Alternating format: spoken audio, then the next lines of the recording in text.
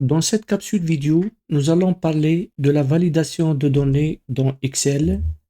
On va commencer par expliquer pourquoi on utilise la validation de données. La validation de données permet de indiquer aux utilisateurs les types de données qu'ils doivent saisir dans les cellules. Par exemple, un nombre doit être entre 0 et 10, une chaîne de caractères qui doit avoir une taille maximale de 20 caractères, etc.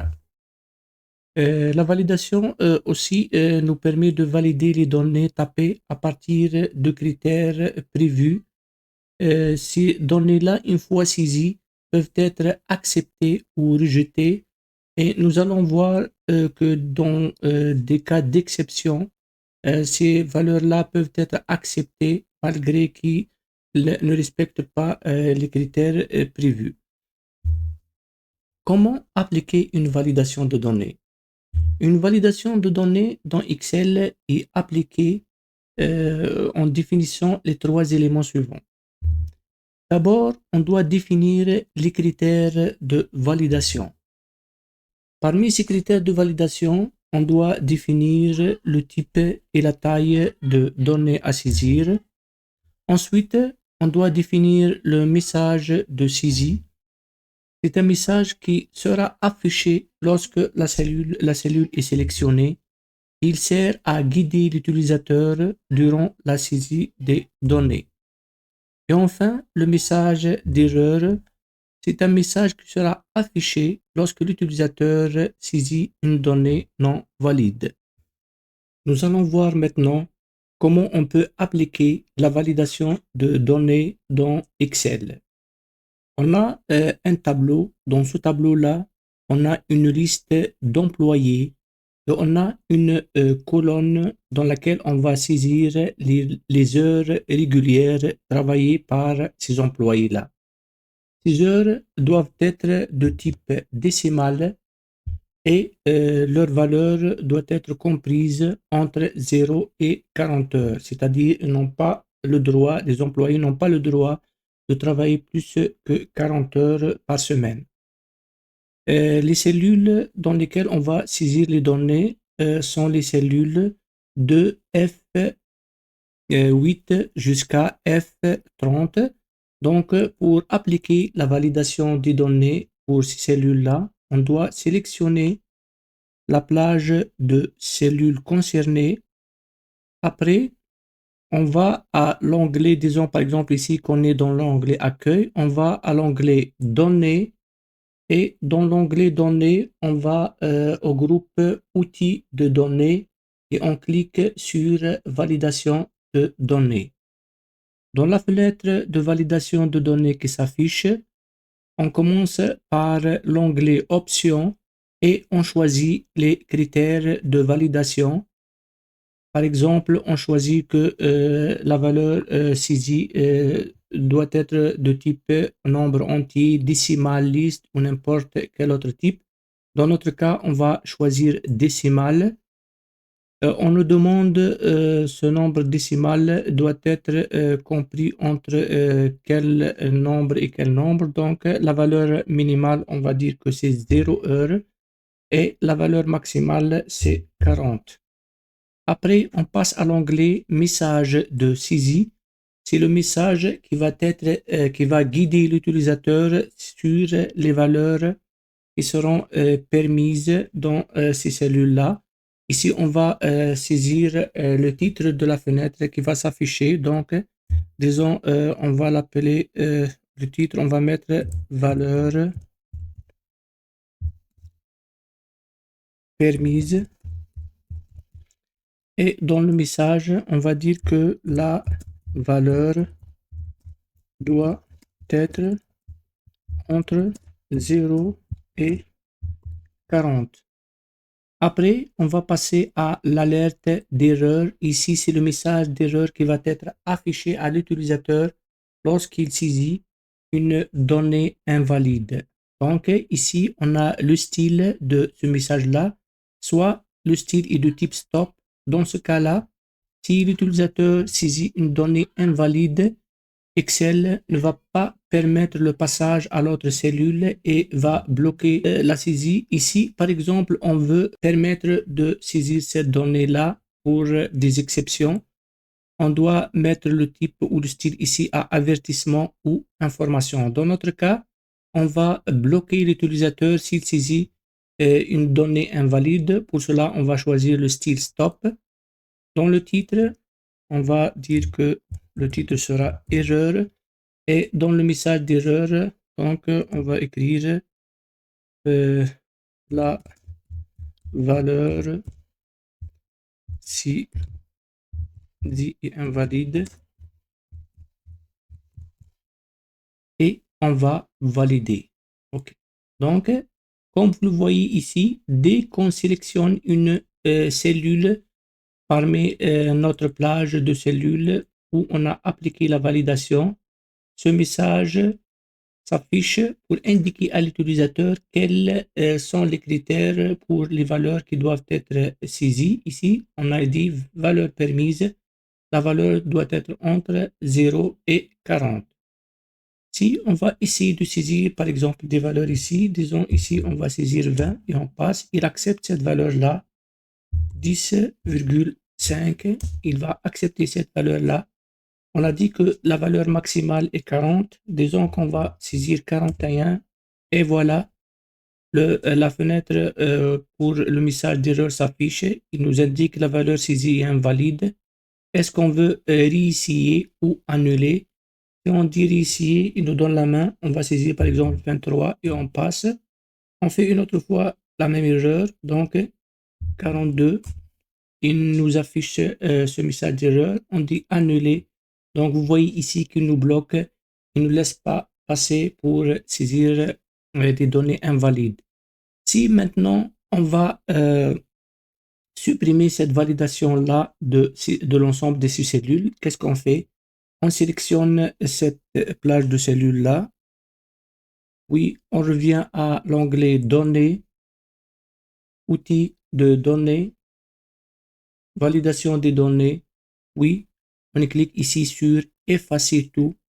OK. Et vous voyez ici, par exemple, j'essaie de saisir une valeur invalide, par exemple 48. Et voilà, cette valeur-là est acceptée. La validation de données dans Excel peut être faite aussi à travers des listes déroulantes. Ces listes déroulantes vont permettre de sélectionner une entrée plutôt que de saisir des données.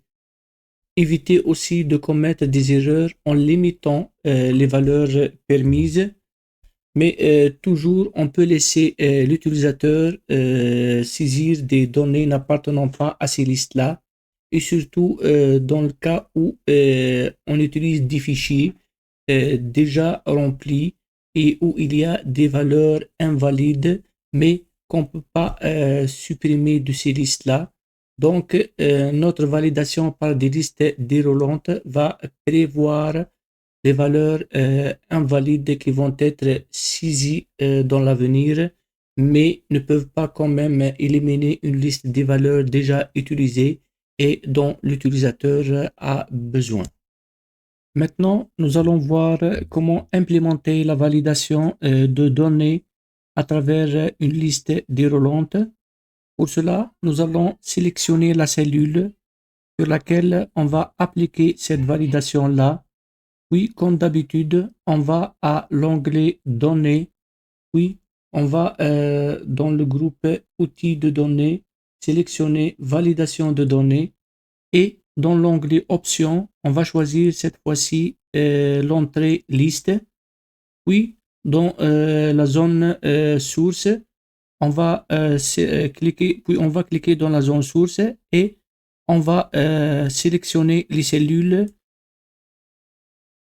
qui vont alimenter, qui va alimenter notre liste de valeurs.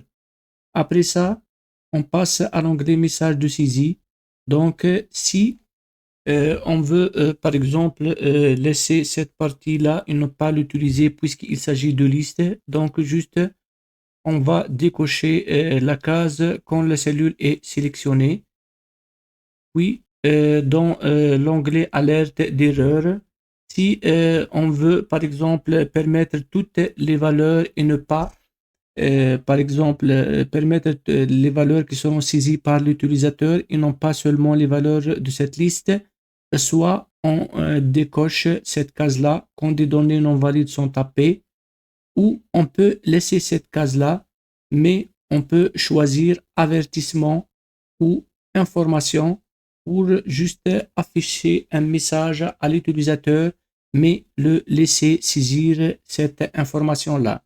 Par exemple, ici, on va mettre information et dans le titre de notre boîte de dialogue, on va écrire information et on peut par exemple écrire la valeur saisie ne fait pas partie de la liste. Puis, on va cliquer sur OK. On va après vers notre liste, on clique et voilà, on a une liste alimentée par les valeurs saisies dans cette liste-là ou cet ensemble de lignes-là. On va voir par exemple si on choisit par exemple la valeur assurance qualité.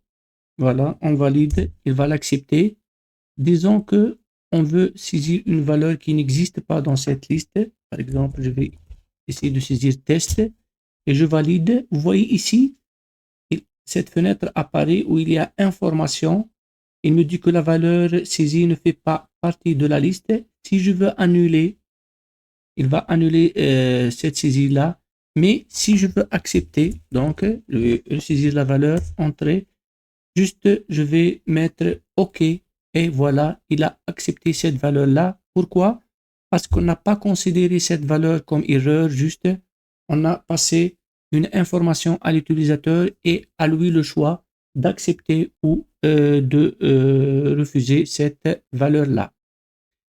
Ça, d'une part. D'autre part, ce qui est bénéfique avec ces listes-là, que, par exemple, si on a une valeur dont on veut, par exemple, changer ou qu'elle est mal orthographiée, donc, qu'est-ce qu'on va faire? Juste, on va à notre liste ici. Par exemple, disons que au lieu de animation, on va, par exemple, dire comptabilité. Et juste, je valide. Puis, dans ma liste, j'essaie de voir quelles sont les valeurs et voilà, je trouve comptabilité au lieu de la valeur administration. Une fois notre liste est remplie, on doit donc masquer ces données-là pour ne pas permettre à d'autres utilisateurs de les changer et ainsi impacter notre travail. Pour cela, qu'est-ce qu'on va faire? On va sélectionner ces lignes-là, puis clic droit avec notre souris et on clique sur l'option masquer. Et voilà, ces lignes-là sont masquées. Enfin, il est important de signaler que si on n'a pas un grand nombre de valeurs à mettre dans cette liste-là, on peut donc saisir ces valeurs-là directement dans la zone source. Comment on peut procéder? Donc, on sélectionne la cellule cible de validation, puis dans l'onglet données, dans le groupe outils de données, on va cliquer sur validation des données. Puis ici, au lieu de donner cette liste de valeurs, cette liste de cellules, on peut directement écrire nos valeurs. Par exemple, ici, j'écris directement, par exemple, sport, par exemple, théâtre. Et n'oubliez pas que après, entre les valeurs, il faut mettre point virgule sans mettre des espaces. Je vais valider ici et je vais vérifier. Et voilà, nos valeurs, ils sont là et on peut les utiliser. Pour modifier une validation de données, on procède de la manière suivante. Donc, on sélectionne la plage de cellule ou la cellule cible de validation. Comme ici, par exemple, on a notre cellule service. Puis, on va à l'onglet Données, à notre groupe Outils de données, puis Validation de données, et on effectue les changements qu'on veut faire. Par exemple, ici, dans notre cas, si notre liste de choix va changer, par exemple, on va ajouter d'autres valeurs. Disons qu'on va ajouter administration.